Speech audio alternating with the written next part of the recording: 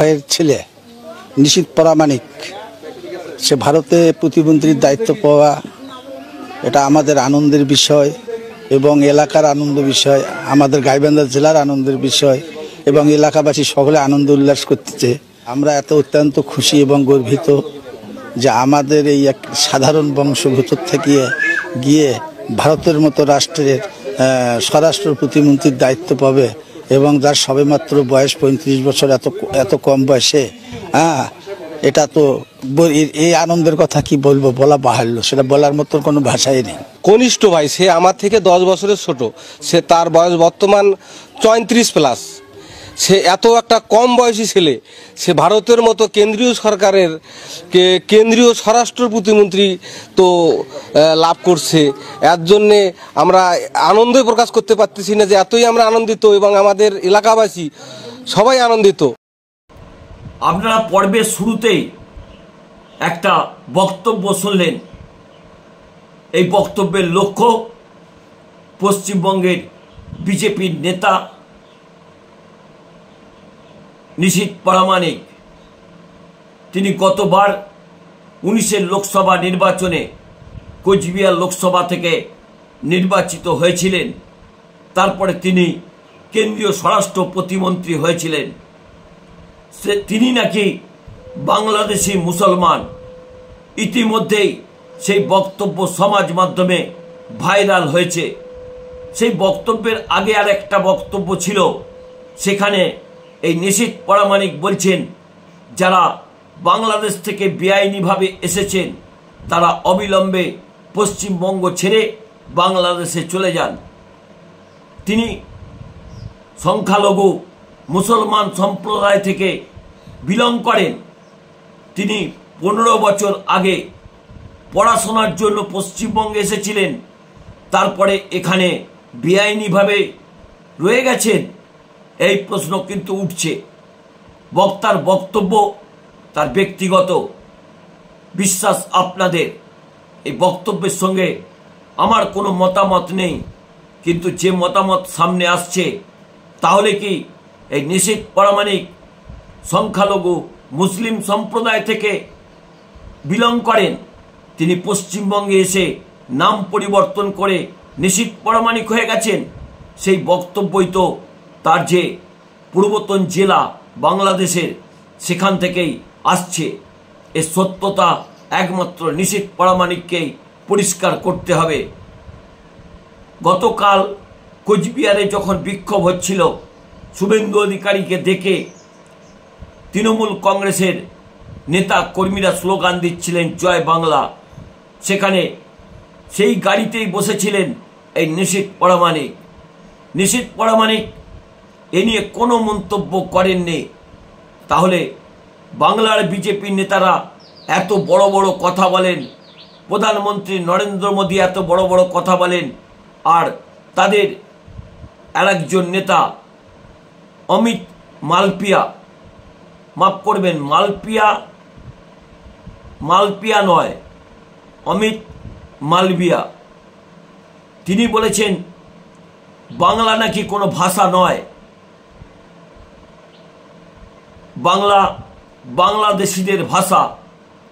তার সঙ্গে আরও বিস্ফোরক তিনি বক্তব্য রেখেছেন তার এক স্যান্ডেলে। তিনি বলেছেন জাতীয় সঙ্গীত সেটি নাকি সংস্কৃত শ্লোক। নির্লজ্জ বললে এই নেতাকে কম বলা হয়। সত্যিই কি তার শিক্ষা দীক্ষা আছে? তিনি 8ম তফসিল ভারতীয় সংবিধান কোনোদিন পড়েছেন? ভারতীয় সংবিধান যে 22টি ভাষাকে স্বীকৃতি দিয়েছে তার মধ্যে এই আমাদের বাংলা ভাষা রয়েছে, যে বাংলা ভাষার জন্য আমরা গর্ব অনুভব করি। ইতিমধ্যেই স্লোগান উঠতে শুরু করেছে, বাঙালি যদি বাঁচতে চাও বিভেদ ভুলে এক হও। সত্যি গতকাল দেখা গেল তৃণমূল কংগ্রেসের পাশাপাশি বেশ কিছু অরাজনৈতিক বাঙালি তারা কিন্তু শুভেন্দু অধিকারীকে দেখে স্লোগান দিয়েছেন, বিক্ষোভ করেছেন এবং তাকে জয় বাংলা স্লোগান দেবার পরে তিনি রেগে লাল হয়ে যাচ্ছেন। শুভেন্দু অধিকারীর এই রোগটা হঠাৎ করে খুব বেড়েছে। এই ঘটনার সূত্রপাত কিন্তু নদিয়ার গাংনাপুরে। তিনি একবার জয় বাংলা স্লোগান শুনে জুতো হাতে ছোটাছুটি শুরু করেছিলেন।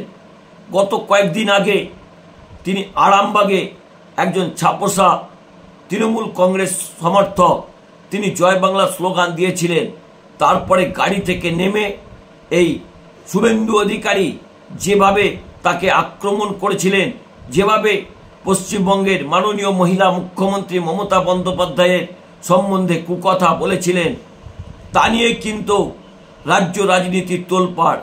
এখানেই শেষ নয়, বিরোধী দলনেতার যারা নিরাপত্তা রক্ষী ছিলেন তাদের লেলিয়ে দিয়েছিলেন এই বিরোধী দলনেতা। তারা তারপরে সেই ছাপোষা মানুষটিকে নাকি মারধর করে তার হাত পর্যন্ত ভেঙে দিয়েছিলেন। এখন বাংলা এবং বাঙালি, বাংলা ভাষা তার সৃষ্টি সংস্কৃতি কালচারকে বাঁচাতে বাঙালি আজ একত্রিত, একজোট হয়েছে।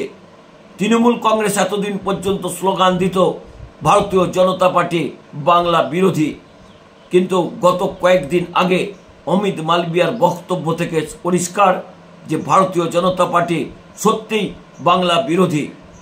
আপনাদের প্রতিদিনই পর্বে একটা কথা বলি, যদি চ্যানেলটি ভালো লাগে আপনারা সাবস্ক্রাইব করবেন। সেই ভাইরাল বক্তব্য এই নিশীথ পরামানিক সম্বন্ধে সেখানকার অধিবাসীরা, অর্থাৎ বাংলাদেশে যেখানে নিশীথ পরামানিক থাকতেন সেখানকার অধিবাসীদের সেই ভাইরাল বক্তব্যটা আপনারা প্রথমে শুনুন। জয় বাংলা, জয় বাংলা।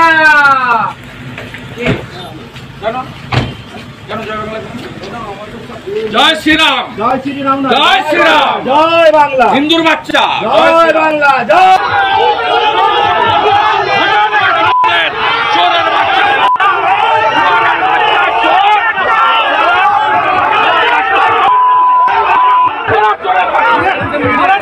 সেই সময়কার বর্ষে এখনো বসবাস করছেন, তারা পালিয়ে যান। আপনাদের জন্য কিন্তু বিপদ সামনে কিন্তু ঘনিয়ে আসছে, আপনাদেরকে যেতেই হবে যে কোনো ভাবে। ভাস্তার ছোট ভাইয়ের ছেলে নিশীথ পরামানিক, সে ভারতে প্রতিমন্ত্রীর দায়িত্ব পাওয়া, এটা আমাদের আনন্দের বিষয় এবং এলাকার আনন্দ বিষয়, আমাদের গাইবান্ধা জেলার আনন্দের বিষয় এবং এলাকাবাসী সকলে আনন্দ উল্লাস করতেছে। আমরা এত অত্যন্ত খুশি এবং গর্বিত যে আমাদের এই এক সাধারণ বংশভূত থেকে গিয়ে ভারতের মতো রাষ্ট্রের স্বরাষ্ট্র প্রতিমন্ত্রীর দায়িত্ব পাবে এবং যার সবেমাত্র বয়স 35 বছর, এত কম বয়সে। এটা তো এই আনন্দের কথা কি বলবো, বলা বাহুল্য, সেটা বলার মতো কোনো ভাষাই নেই। কনিষ্ঠ ভাই, সে আমার থেকে 10 বছরের ছোট, সে তার বয়স বর্তমান 34 প্লাস।